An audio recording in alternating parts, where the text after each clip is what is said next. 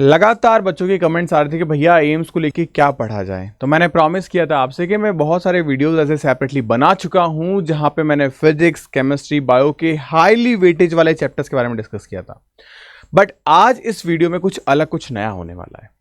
और वो अलग और नया क्या है वो आपको थंबनेल देख के पता चल रहा होगा कि अगर आप 90 मार्क्स लेके आना चाहते हो तो जो टॉपिक्स मैं बताने वाला हूं, और ये टॉपिक्स डेफिनेटली 1, 2, 3, 4, 5, 100, 50 नहीं होंगे। ये टॉपिक मैंने हर एक सब्जेक्ट से, हर एक क्लास से, 11th, 12th हर एक बुक से निकाल के प्रॉपरली आपके सामने लेके आया हूं। एक बार जब आप इसकी पीडीएफ फाइल को देखोगे तो आपको अपने आप रियलाइज हो जाएगा कि भैया 215 टॉपिक पढ़ के हम ये 90 मार्क्स लेके आ सकते हैं। ये आपके 6 बुक्स यानी कि 2 फिजिक्स की, 2 केमिस्ट्री की, 2 बायोलॉजी की बुक से मैंने सारे टॉपिक्स निकाले हैं। इन आने वाले 60 दिनों में अगर आप इन 215 टॉपिक को पढ़ लेते हो तो 90 मार्क्स आपके एश्योर हो जाएंगे, इस बात की गारंटी है। और यही सारे टॉपिक्स हम आपको आपके क्रैश कोर्स के अंदर भी पढ़ा रहे हैं और इन्हीं के आपके टेस्ट भी प्रोवाइड करवाए जा रहे हैं। तो बहुत शानदार, बहुत सिस्टमैटिक वे से आपको पढ़ाया जा रहा है अगर आप इन 60 दिनों में सिलेक्शन लेना चाहते हो तो इस वीडियो को पूरा एंड प्रॉपर देखना। अगर आप पहली बार आए हैं, नए हैं, तो इस वीडियो को लाइक एंड चैनल को सब्सक्राइब करके जरूर जाइएगा। तो मोस्ट वेलकम है आप सभी का एक बार फिर से एम्स नर्सिंग इंस्टीट्यूट के शानदार प्लेटफॉर्म पे। मैं आपका मेंटर, आपका बड़ा भाई, हमेशा की तरह कुछ इन्फॉर्मेटिव एंड कुछ इंगेजिंग लेके आ चुका है।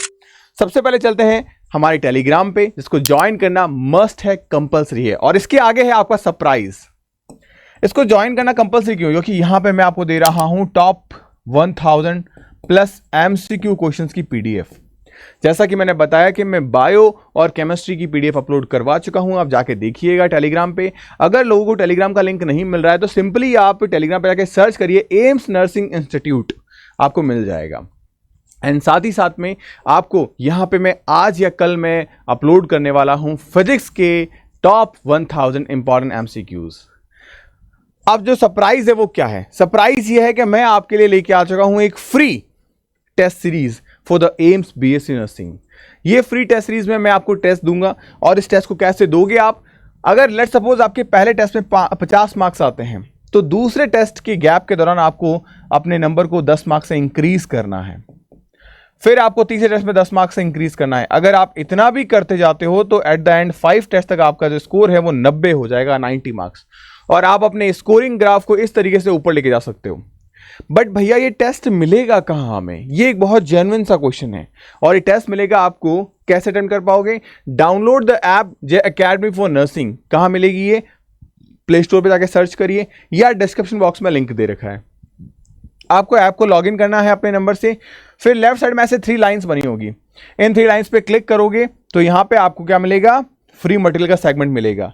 और इस फ्री मटेरियल के सेगमेंट के ऊपर आपको मिलेगा टेस्ट, और टेस्ट के अंदर आपको एक फोल्डर बना दिखाई देगा एम्स फ्री मेगा टेस्ट, जहां पे एक टेस्ट आपका आ चुका है और एक टेस्ट आपका इस संडे आने वाला है। तो आप लगातार इन टेस्ट को देके अपनी तैयारी को जज कर सकते हो। एंड साथ ही साथ में ऑल इंडिया लेवल के कैंडिडेट एग्जाम देंगे तो आप अपनी तैयारी को एक लेवल पे जाके देख सकते हो। तो ये फ्री सरप्राइज है मेरी ओर से आपके लिए। अब बात करेंगे कि हमारे एंट्रेंस एग्जामिनेशन के लिए जो हमारा सिलेबस है वो क्या है। जैसे नीट में हमने देखा कि हमारे पास में क्या है, रिड्यूस सिलेबस है एनसीईआरटी का। यहां मैंने नीट इसलिए लेके आया ताकि आपको पता रहे कि नीट और एम्स में डिफरेंशिएशन क्या है। नीट में कंफर्मेशन है कि आपका रिड्यूस सिलेबस आएगा, लेकिन एम्स में इस तरीके का कंफर्मेशन हमारे पास अभी तक तो नहीं है, जब तक कि नया ब्रोशर नहीं आ जाता। हालांकि मैं आपको बता चुका हूं कि एम्स के अंदर हमको जो डिलीटेड टॉपिक हैं उन टॉपिक्स को भी देख के जाना है, क्योंकि चांसेस है प्रोबेबली कि आपसे 4 से 5 क्वेश्चंस उनसे पूछे जाएंगे। और कौन कौन से टॉपिक से पूछे जाएंगे इस पे भी मैंने सेपरेट वीडियो बना रखा है। आप बेल आइकन में मैंने दे रखा है, आप इसको जरूर से चेक करिएगा आई बटन के अंदर। अब क्लास 11th बायोलॉजी के अंदर मैं आपको बताऊंगा क्लास वाइज यानी चैप्टर वाइज सारी चीजें किस तरीके से हैं। जैसे हमारे पास में नंबर 1 चैप्टर आ चुका है डाइवर्सिटी ऑफ लिविंग ऑर्गेनिज्म, यानी कि ये हमारी यूनिट हो गई कंप्लीट। अब इस कंप्लीट यूनिट के अंदर हमारे पास में कौन से ऐसे टॉपिक्स हैं जो हमको एग्जाम में बिल्कुल भी मिस नहीं करने हैं। जैसे आप देखोगे टैक्सोनॉमी एंड सिस्टमैटिक से क्वेश्चंस आ सकता है, आपके टैक्सोनॉमियल हायरार्की से क्वेश्चन आ सकता है। 5 किंगडम क्लासिफिकेशंस में जो साइलेंट फीचर हैं वो आपके लिए यहां पे जरूरी बनते हैं। फिर फंजाई एंड एल्गी, इनके कैरेक्टरिस्टिक्स और इनके एग्जाम्पल्स को देख के जाना है। टेरिडोफाइट, जिम्नोस्पर्म, यहाँ पे इनके साइलेंट जो फीचर है वो आप देख के जाइए। इनको डिस्टिंग्विश करने वाली फीचर है वो देख के जाइएगा। एग्जाम्पल ऑफ ईच कैटेगरी, टाइडोफाइट के एग्जाम्पल, इनके अंदर भी हमें पता है ब्रायोप्सिडा, टेराप्सिडा, साइनोप्सिडा, इन सब के एग्जाम्पल्स आपको देखने हैं। और नॉन कॉर्डेट्स के अंदर मैं बात करूं तो हेमिकॉर्डेटा एंड एस्केलमिंथीस एंड आर्थ्रोपोडा, इनको देख के आपको जरूर जाना है क्योंकि इनसे क्वेश्चंस पूछे जाएंगे। यानी कि यहां पे हमारे पास में 4 चैप्टर कंसीडर हो गए हैं। इन 4 चैप्टर में से आपको मैंने टॉपिक बता दिए हैं 1 2 3 4 5 6 7 8, 8 टॉपिक। इन 8 टॉपिक से एग्जाम में क्वेश्चंस आपको गिरेगा और इस तरीके से हर एक यूनिट वाइज में आपकी सारी चीजें लेके आ चुका हूं। जैसे structure organisation of plant and animal में बात करें, लीफ मॉडिफिकेशन पे क्वेश्चन देखने को मिलेगा आपसे। उसके बाद में इन्फ्लोरोसेंस पे अगर बात करें तो इन्फ्लोरोसेंस पे भी क्वेश्चंस आपको देखने को मिलेंगे, जैसे साइमोस पे हो गया, आपका रेसमोस पे हो गया। फैमिलीज में बात करें तो मालवेसी फैमिली हो गई, आपकी क्रूसिफरेसी हो गई, लेग्यूमिनेसी हो गई। आपको पता है कि आपके इस बार 3 नई फैमिलीज को ऐड किया गया था, लेकिन यहां पे जो थोड़े इंपॉर्टेंट है वो है हमारे पास मालवेसी और क्रूसिफरेसी, क्योंकि लेग्यूमिनेसी, सोलनेसी और लिलियसी तो हमारे साथ शुरू से थी। यानी इनसे क्वेश्चन पूछने की प्रोबेबिलिटी इस बार थोड़ी कम है क्योंकि लगातार क्वेश्चन पूछे गए हैं। नेक्स्ट मूव करते हैं हम अपने अगले यूनिट पे, सेल स्ट्रक्चर एंड फंक्शनल। यहां पे बड़े बड़े मोटे तौर पे कोई खास चीजें नहीं है, मतलब चैप्टर में कोई चेंजेस नहीं है, लेकिन इंपॉर्टेंट क्या है हमारे पास में, cell envelope, cell membrane and cell wall. Endo membrane system पे क्वेश्चन बनेगा, न्यूक्लियस, न्यूक्लियर मेम्ब्रेन पे क्वेश्चन बनेगा, क्रोमेटिन एंड न्यूक्लियस पे क्वेश्चन बनेगा। ध्यान रखिएगा क्योंकि यहाँ पे जो शेप है क्रोमोसोम का वो पूछा जाता है। वी शेप कहाँ होता है, जे शेप कहाँ होता है, आई शेप कहाँ होता है। एंजाइम के टाइम पे एंड प्रॉपर्टीज ऑफ एंजाइम, जैसे होलो एंजाइम, एपो एंजाइम, उनके बारे में, मियोसिस एंड उनके सिग्निफिकेंस के बारे में क्वेश्चन पूछा जाए। क्योंकि अगर हम बात करें डिवीजन को लेके तो मियोसिस से क्वेश्चन हर बार आता है। और अगर खास तौर से बात करूं मियोसिस फर्स्ट, जहां पे हमारे पास में LZPDD यानी कि leptotene, zygotene, pachytene, diplotene and diakinesis, यहां से क्वेश्चंस बनते हैं। तो इस तरीके से कंप्लीट डिटेल में लेके आ चुका हूं। आप क्या करो इनको कि इन सारी चीजों को एक नोट डाउन करो अपने चार्ट के सामने और डेली बेसिस पे टारगेट करो कि मुझे 5-5, 6-6 टॉपिक रोज के कंप्लीट करना है। अगर आप 5-5, 6-6 टॉपिक कर रहे हो या 10-10 टॉपिक भी कर रहे हो, 20 दिन में आपका खत्म सारा प्रोग्राम। अगर आप 10-10 टॉपिक कर रहे हो 20 दिन में खत्म, तो यही चीजें हमें फॉलो अप करनी है इस तरीके से। अब आप देखिए ये 4th यूनिट हमारे पास में प्लांट फिजियोलॉजी, तो जो जो चीजें इंपॉर्टेंट है वो सारी मैं आपके सामने यहाँ लेके आ चुका हूं। अगर मैं हर एक चीज पढ़ता चला जाऊंगा, क्योंकि फिजिक्स भी है, केमिस्ट्री भी है, 11th और 12th की बायोलॉजी भी है, बहुत सारी चीजें हैं, तो हर एक चीज को मैं नहीं पढ़ूंगा, ताकि क्योंकि सिंपल सा मैंने आपके सामने लिख के रखा हुआ है कौन से टॉपिक इंपॉर्टेंट है, वरना वीडियो जो है वो अननेसेसरी काफी ज्यादा लंबा हो जाएगा।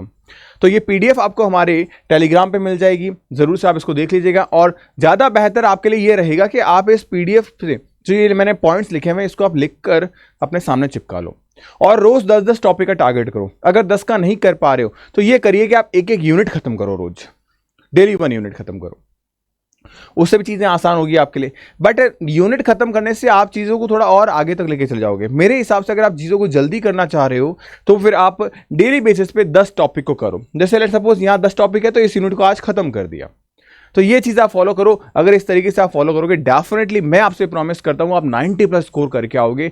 बहुत ज्यादा रिसर्च करके ये 218 टॉपिक्स में आपके लिए लेके आ चुका हूं। तो बात करेंगे नेक्स्ट पे ह्यूमन फिजियोलॉजी। तो ह्यूमन फिजियोलॉजी देखो ये टॉपिक्स हैं जिनसे क्वेश्चन इस बार आने की पॉसिबिलिटीज है।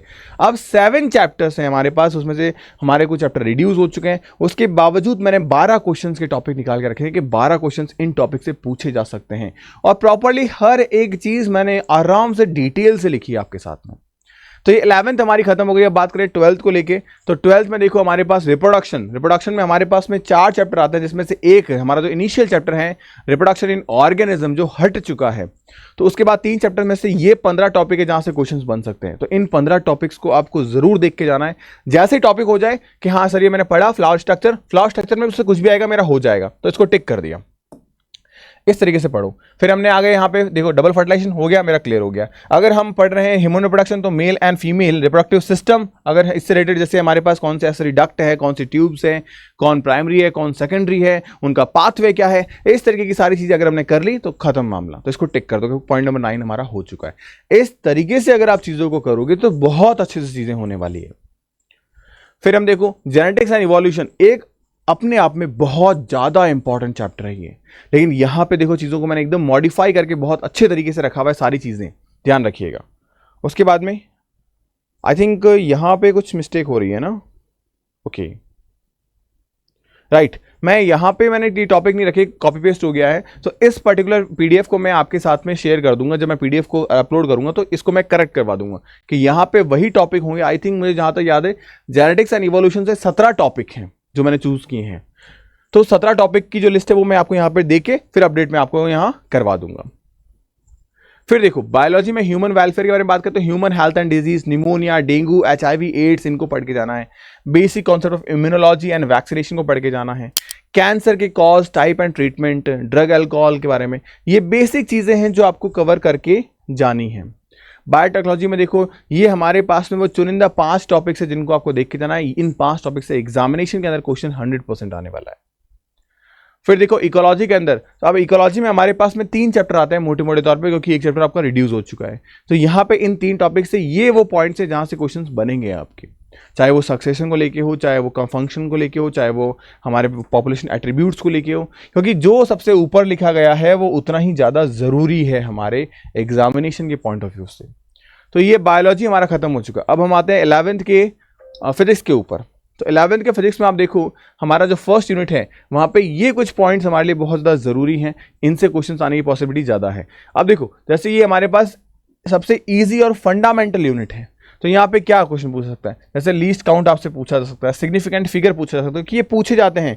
ये लास्ट ईयर क्वेश्चन पूछे गए हैं पिछले 2 सालों के अंदर, और मैं पूरा रिसर्च करके 2016 से लेके 2024 10 सालों का रिसर्च करके ही आपके साथ लेके आया हूँ कि क्या क्वेश्चन बन सकते हैं। क्योंकि मैं ये नहीं चाहता कि बच्चा जो है वो ये सोचे कि भैया यहाँ ये टॉपिक से क्वेश्चन आया और ये नहीं बना, इसलिए मैंने 2021 की बजाय 2019 की बजाय 2016 से रिसर्च की कि हाँ यार क्या क्वेश्चन पूछे जा सकते हैं। तो ये सारी चीज़ें हैं। यूनिट नंबर 2 में बात करें जैसे मैकेनिक्स हमारे पास में, तो मैकेनिक्स में देखो आपने 1D motion, 2D motion, relative motions, ये सारी चीज़ें मैंने यहाँ पे रखी हुई है कि क्या क्या चीज़ें हमारे लिए ज़रूरी हैं। कुछ पॉइंट्स ऐसे भी हो सकते हैं जहाँ से हर साल क्वेश्चन बने हैं, क्योंकि कोई चैप्टर छोटा है, 2022 में आ गया, 2023 में आ गया, 2019 में आ गया, 2018 में आ गया, 2016 में आ गया, तो वो हर एक पॉइंट को मैंने उठाया क्योंकि वो क्वेश्चंस ऑलरेडी उठे गए हैं। यहाँ एक भी ऐसा पॉइंट नहीं है जिससे 2016 के बाद में क्वेश्चन पूछा नहीं गया है। तो ध्यान रखना इसी पॉइंट को रखते हुए। कई बार ऐसा लगेगा आपको कि सर यहाँ तो कंप्लीट चैप्टर आने की वो पॉसिबिलिटीज लग रही है, वो इसलिए लग रही है क्योंकि उस 2016 के बाद में उस चैप्टर से हर एक जगह क्वेश्चंस बने गए हैं। लॉज ऑफ मोशन में बात करें तो न्यूटन्स लॉज ऑफ मोशन में हमने सारी चीजें रखी है जहां से एग्जाम में क्वेश्चंस बना है।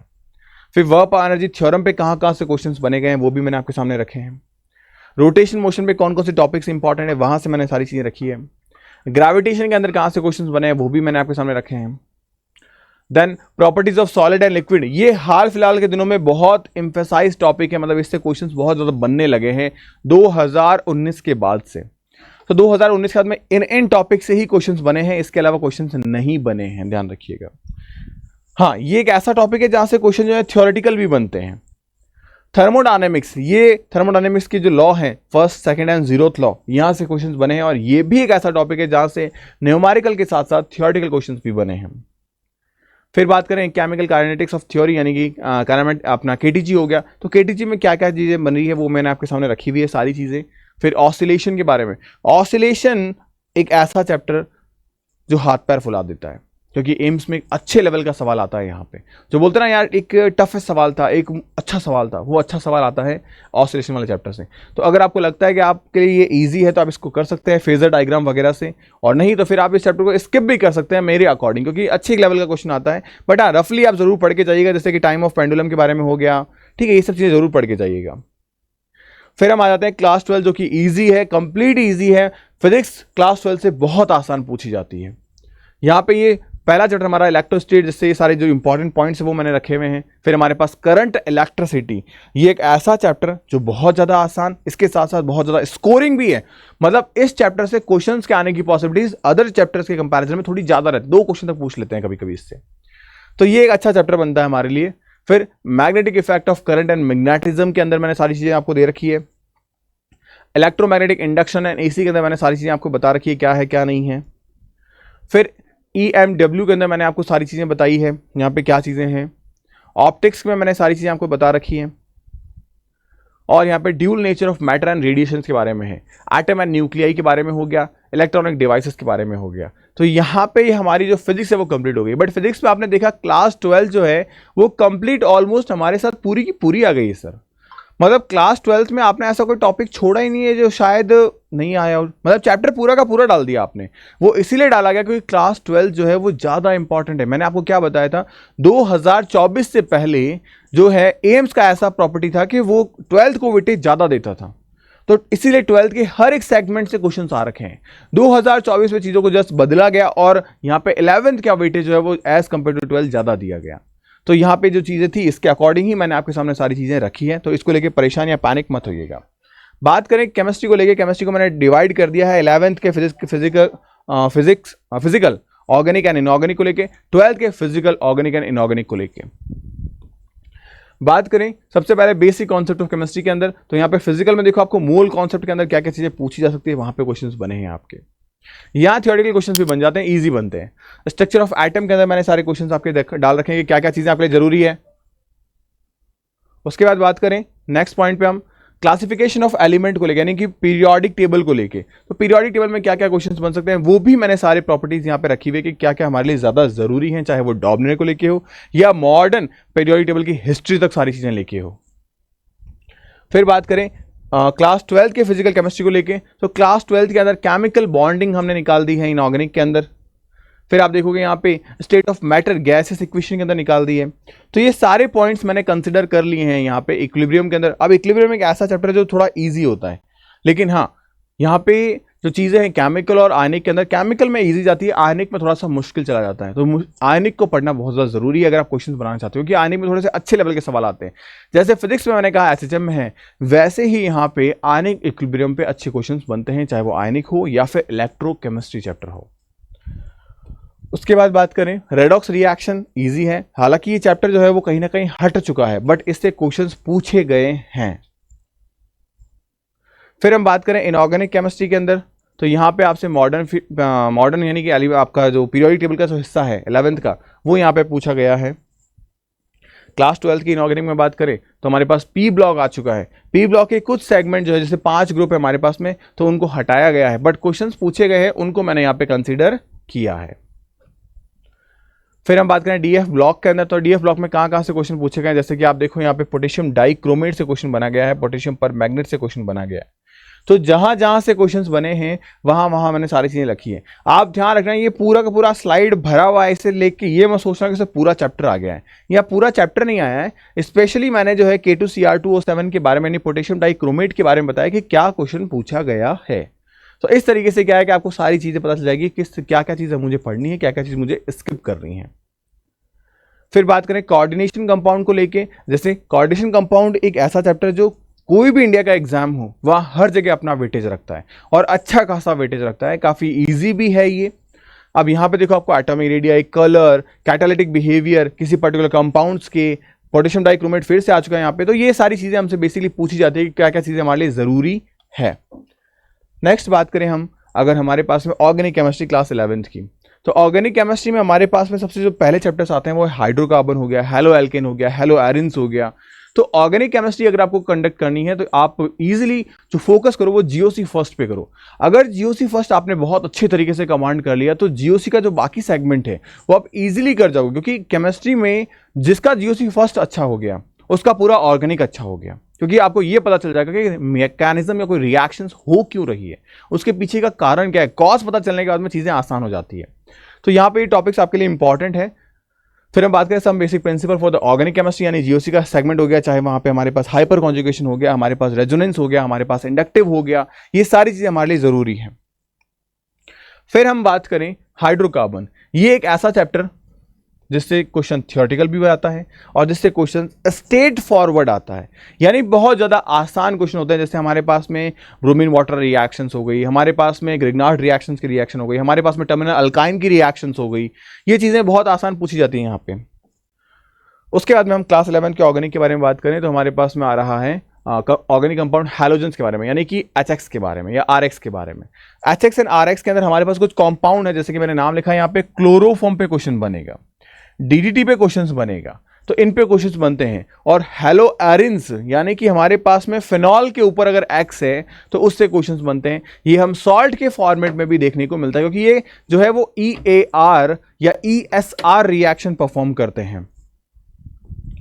उसके बाद में देखिए ऑर्गेनिक कंपाउंड्स के अंदर हमारे पास में ऑक्सीजन, तो ऑक्सीजन के अंदर हमारे पास में आ रहा है कार्बोक्सिलिक एसिड, हमारे पास आ रहा है अल्डिहाइड, हमारे पास में आ रहा है कीटोन, हमारे पास में आ रहा है फिनॉल, हमारे पास में आ रहा है ईथर। तो ये जो टॉपिक्स हैं इनमें अगर मैं बात करूं तो आप देखोगे यहाँ पे अल्कोहल, फिनॉल एंड ईथर के अंदर जो इनकी रिएक्शंस हैं, इनकी प्रॉपर्टीज है, इनके डिस्टिंग्विश्ड फीचर हैं वो पूछे जाते हैं। Aldehyde, ketone and carboxylic acid में कीटोन जो है वो थोड़ा सा रिएक्शन में कम पार्टिसिपेट करता है, लेकिन जहां करता है वहां क्वेश्चंस बना देता है, क्योंकि ये क्या है बहुत अच्छा कॉन्सेप्ट बनता है, क्योंकि ये दूसरों से थोड़ा सा एबनॉर्मल बिहेव करता है और जहां पे एबनॉर्मलिटी आ जाती है वहां क्वेश्चंस आ जाते हैं। इंपॉर्टेंट ऑर्गेनिक रिएक्शन में जैसे हमारे पास NAR यानी कि न्यूक्लियोफिलिक एडिशन रिएक्शन जो है इस पे क्वेश्चंस बनते हैं, ये आप जरूर ध्यान रखना। एलिमिनेशन पे भी क्वेश्चन बनते हैं, E1 एंड E2 रिएक्शंस के ऊपर भी। फिर हम बात करें एमीन्स, एक one of the most chapter, और इसके साथ साथ ये जो है इसके बिना तो क्वेश्चन बनता ही नहीं है। डाईएजोनियम सॉल्ट के बगैर आज तक क्वेश्चन नहीं बना है, क्योंकि ये एक ऐसा प्रोडक्ट है या ऐसा रिएक्टेंट है जो हर तरफ जा सकता है, इससे कुछ भी बनाया जा सकता है इन एरोमेटिक केमिस्ट्री। तो इसलिए बहुत ज़्यादा ज़रूरी है, ये पढ़ के आपको ज़रूर जाना है। इसके बाद बात करूं बायोमोलिक्यूल्स को लेके, तो बायोमोलिक्यूल्स में प्रोटीन, विटामिन, न्यूक्लिक एसिड, ये तो बायोलॉजी की तरह है, लेकिन अगर आप केमिस्ट्री के तौर पे पूछेंगे मुझसे कि क्या इंपॉर्टेंट है इसमें, तो इसमें इंपॉर्टेंट है आपका कार्बोहाइड्रेट, ग्लूकोज, माल्टोज, इनके बीच की बॉन्डिंग 1,4, 1,2, 1,3 ग्लाइकोसिडिक, तो ये बॉन्डिंग आपसे पूछी जाती है। इस पे एग्जामिनेशन में क्वेश्चंस आते हैं आपसे, चाहे एमाइलोज को लेके हो, चाहे इनमें नंबर ऑफ चेन्स को लेके हो। तो ये वो टॉपिक्स हैं। अब जैसे प्रैक्टिकल केमिस्ट्री में बात करें तो यहाँ पे ये वो टॉपिक्स हैं जिनसे आपसे जैसे आपने डूमा मेथड देखा, तो इस तरह के क्वेश्चन जो है वो थोड़े कम पूछे जाते हैं, बट हाँ अगर पूछे गए तो इनसे पूछे जाएंगे। तो ये सारे पॉइंट्स मैं आपके लिए लेके आ चुका हूँ।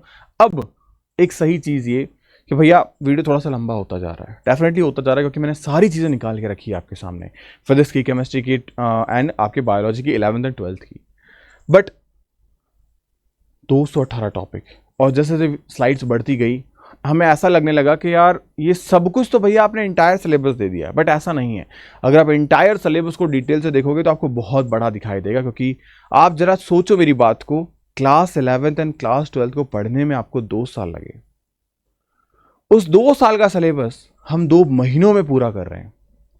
तो क्या ऐसा नहीं है कि स्पीड हमें 10 टाइम्स इंक्रीज करनी पड़ेगी?